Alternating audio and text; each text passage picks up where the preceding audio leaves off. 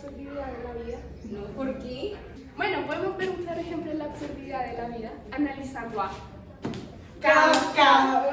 Bueno, tenemos varios textos relacionados con el absurdismo y la esperanza.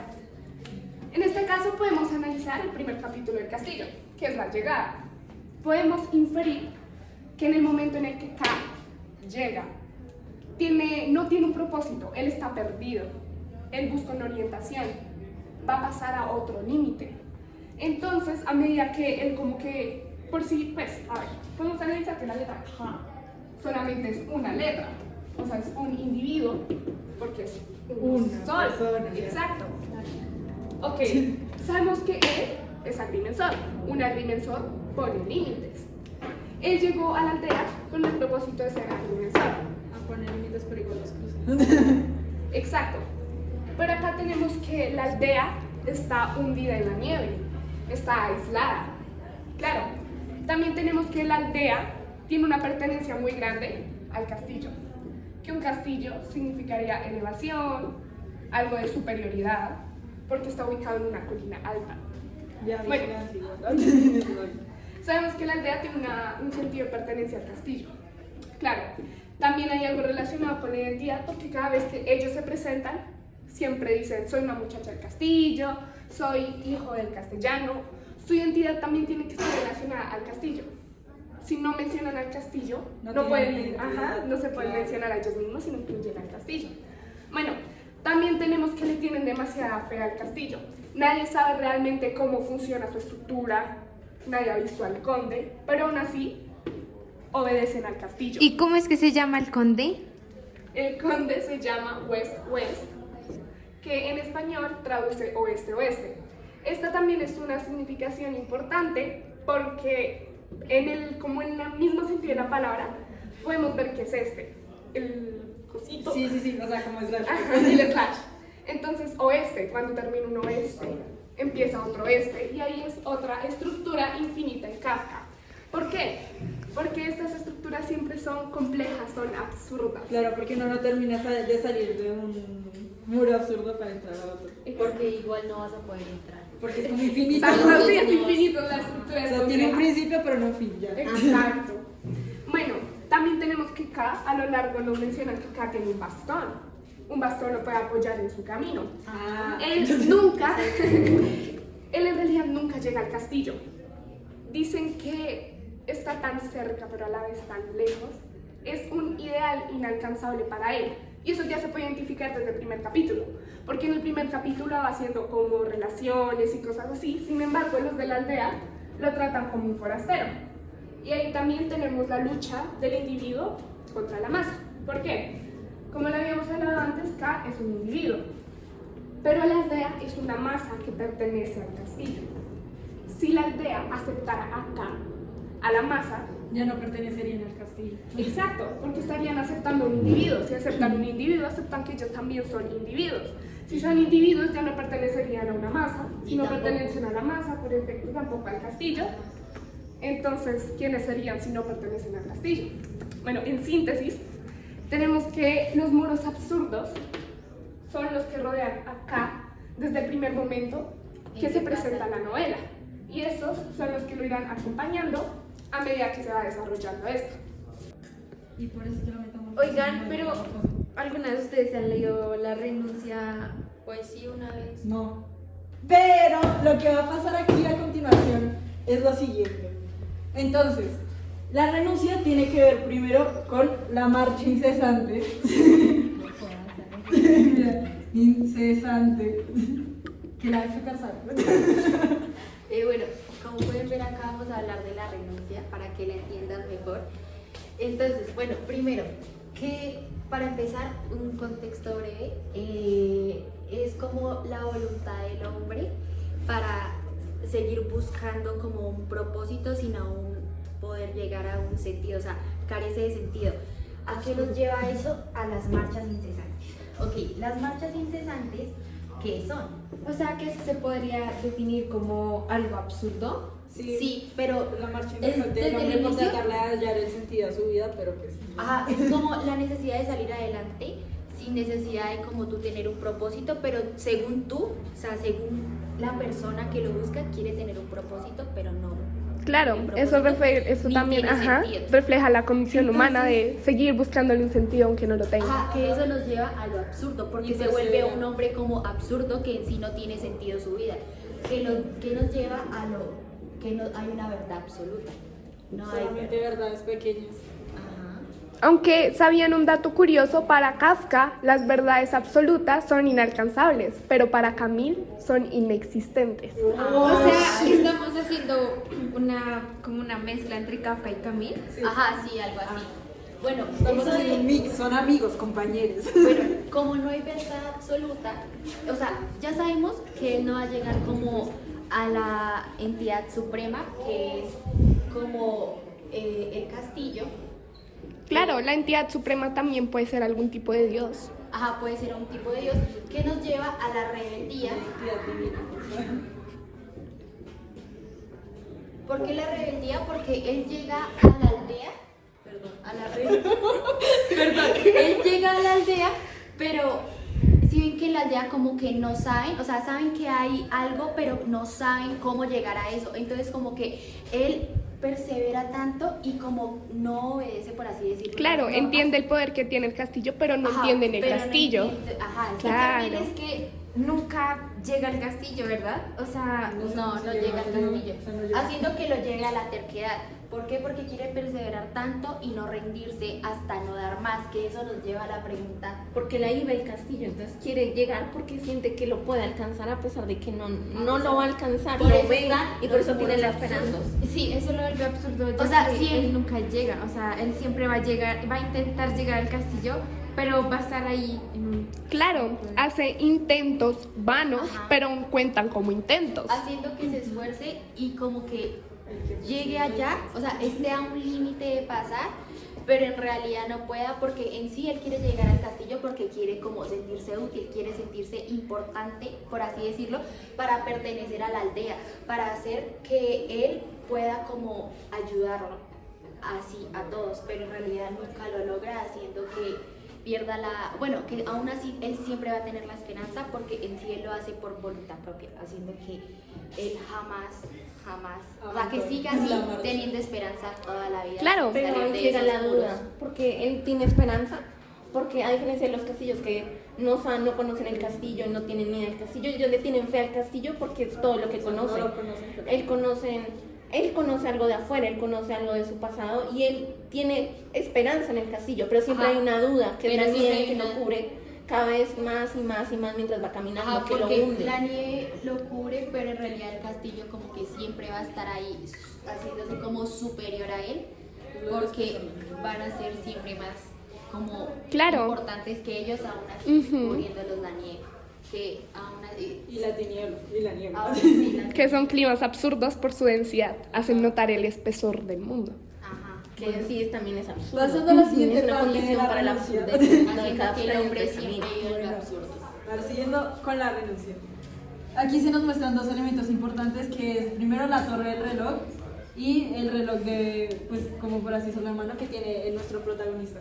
Entonces esto pues se conecta con, esta comparación se conecta pues con que la torre al también ser como que haya un desnivel, como que, o sea, se puede vigilar, hay vigilancia desde eso, tú puedes ver todo. Entonces esto es una estructura imponente, lo que hace que pues podemos pensar que pueda que sea como Dios o una entidad suprema. Entonces, bueno, y este es de un Ajá, individuo, porque una él sabe persona que hay individual. algo allá, pero no lo ha podido alcanzar. Ajá. Y también es que lo que dices es que nunca los dos no tenemos el mismo tiempo. Los humanos Claro, con el Dios presentamos no una tenemos- asincronidad, una Tenemos sincronidad. asincronidad. Porque para Dios es temprano. Pero para el hombre es pero tarde. es tarde. Y eso también es muy chistoso, ¿no? Porque, ¿Qué tiene de chistoso? ok, bueno, claro, la sincronía ahí se presenta sabiendo, también hay una paradoja kafkiana ahí, ¿no? Por lo de la risa, por la felicidad. Ya, sí. Bueno, también está esto que dice que el hombre piensa, pero Dios se ríe. O sea, Dios se ríe. porque conectándolo con esto, porque él quiere alcanzar algo que sí siempre va a tener las puertas abiertas, pero nunca va a poder pasar las puertas haciendo que Claro, pero- lo sepa, pero jamás lo va a lograr. ¿Y cómo plantean? ¿Por qué creen que Dios se ríe cuando el hombre piensa?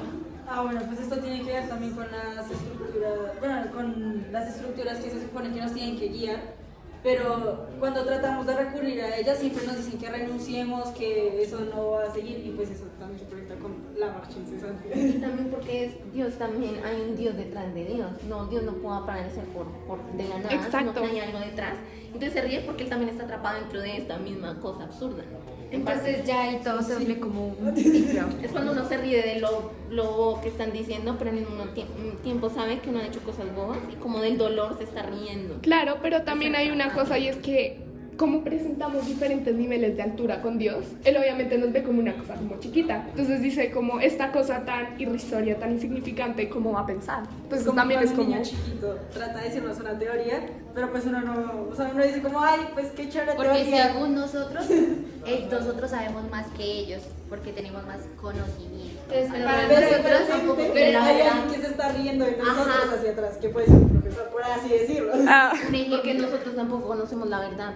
Ajá. Así Y nosotros nunca la hablamos conoceremos. de- Por eso lo conectamos con las por eso es que hay marchas alguien que de alguien, No hay de verdad. alguien, de alguien. Y nunca hay nadie arriba, porque siempre va a haber alguien más arriba. exacto, es como una cadena infinita. Ajá, sí.